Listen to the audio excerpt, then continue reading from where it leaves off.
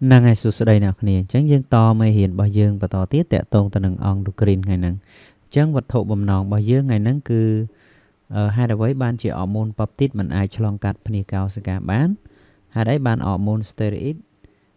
ai chlong cắt cao sẽ cả bán hai ấy nè hay mới tiết cứ prep thiệp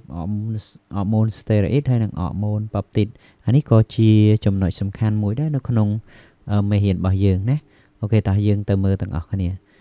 chẳng tẹt tông ta nâng ọ môn peptide dương đang ấy thom đã ọ môn peptide cứ chia protein thông thông đại bằng co lang pi acid này cho bạn này acid amine chẳng đôi cú thọ ban và trẻ cannabis chỉ protein thông cứ mình ai cho long cát rư co mình ai cho rồi lia nó không stop lipid đại chia smart bọc này cao cả bạn này chứ này khi thử vô bị tha smart bọc này cao cả chẳng thom đã này cứ cái bằng hai pi pni si the pla ឬក៏ភ្នាកោសកាហ្នឹងអញ្ចឹងភ្នាស៊ីthe pla ឬក៏ភ្នាកោសកាហ្នឹងគឺវាកើតឡើងពី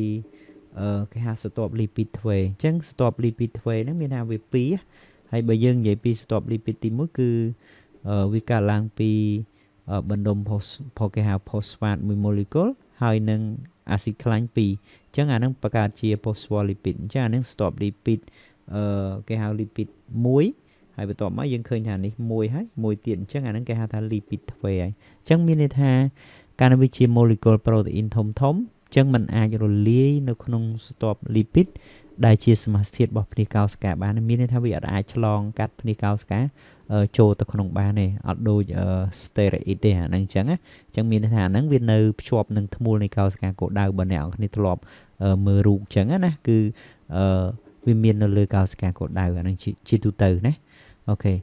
បន្ទាប់មកទៀត hormone steroid ឆ្លងកាត់ភ្នាកោសិកាបានអញ្ចឹងដោយសារហ្នឹងគឺជាវាជា molecule lipid ទូចអញ្ចឹងវាអាចរលាយក្នុង stop lipid អញ្ចឹង stop lipid គូបញ្ជាក់ឲ្យគឺ stop lipid អានេះគេហៅ lipid ទ្វេណាអញ្ចឹង stop lipid ដែលជា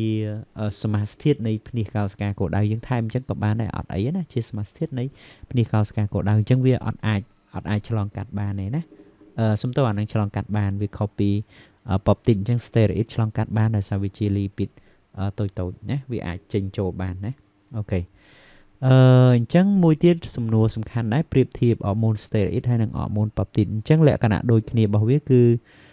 ភ្ជាប់ធ្មូលទៅលើកោសិកាគោលដៅអញ្ចឹងមានន័យថាជាទូទៅគឺ hormone steroid ហើយនិង hormone peptide គឺវាត្រូវតែមានធ្មូលភ្ជាប់ទៅនឹងធ្មូលនៃកោសិកាគោលដៅរបស់វាអញ្ចឹងគ្រូចង់ឧទាហរណ៍ដូចជានេះយើងឃើញ steroid គឺវាជួបមួយ AR គឺ receptor ហើយដូចគ្នាដែរតាក់ទងទៅនឹង hormone peptide គឺវាមាននេះ hormone តម្រងអញ្ចឹង hormone តម្រងហ្នឹងយើងឃើញមកភ្ជាប់ជាមួយអីធ្មូលទទួលសញ្ញាអញ្ចឹងអាធ្មូលហ្នឹងប៉ុន្តែគ្រាន់តែធ្មូលហ្នឹងវានៅលើ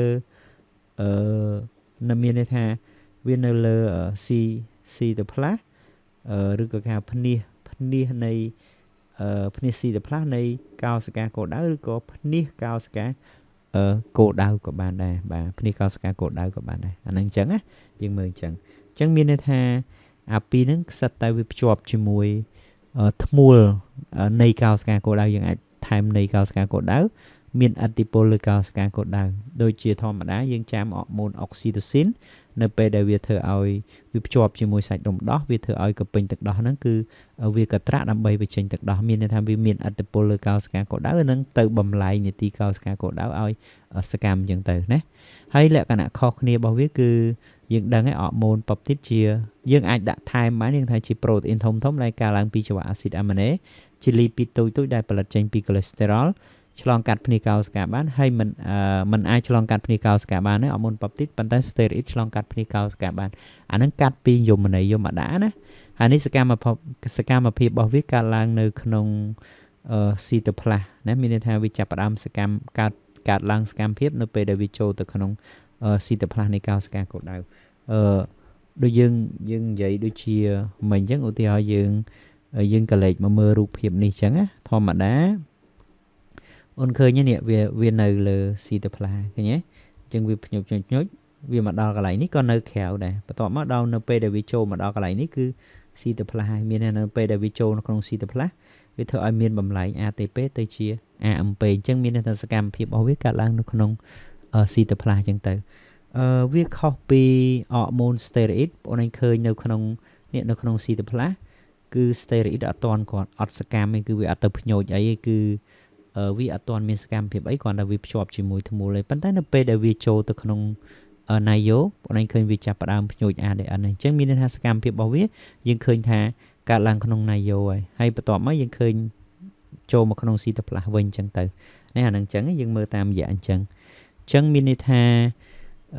សកម្មភាពរបស់ hormone peptide កើតឡើងនៅក្នុង cytoplasm ប៉ុន្តែ steroid កើតឡើងនៅក្នុង Nayo បន្ទាប់មកនៅក្នុង cytoplasm អញ្ចឹងអានេះសកម្មភាពវាគឺឃើញធ្វើឡើងលឿនអញ្ចឹងកាលណាវាធ្វើលឿនវាមានអត្តពលទៅលើកោសិកាគោលដៅរយៈពេលខ្លីឯណាមានថាធ្វើលឿនវាឆាប់ចប់អញ្ចឹងទៅហើយតកតងសកម្មភាពរបស់ hormone steroid គឺសកម្មភាពវាយឺតអញ្ចឹងធ្វើយឺតអញ្ចឹងមានថាវាមានអត្តពលលើកោសិកាគោលដៅបានរយៈពេលយូរអញ្ចឹងទៅអានឹងអញ្ចឹងណាអូខេអរគុណច្រើនអ្នកនរគ្នា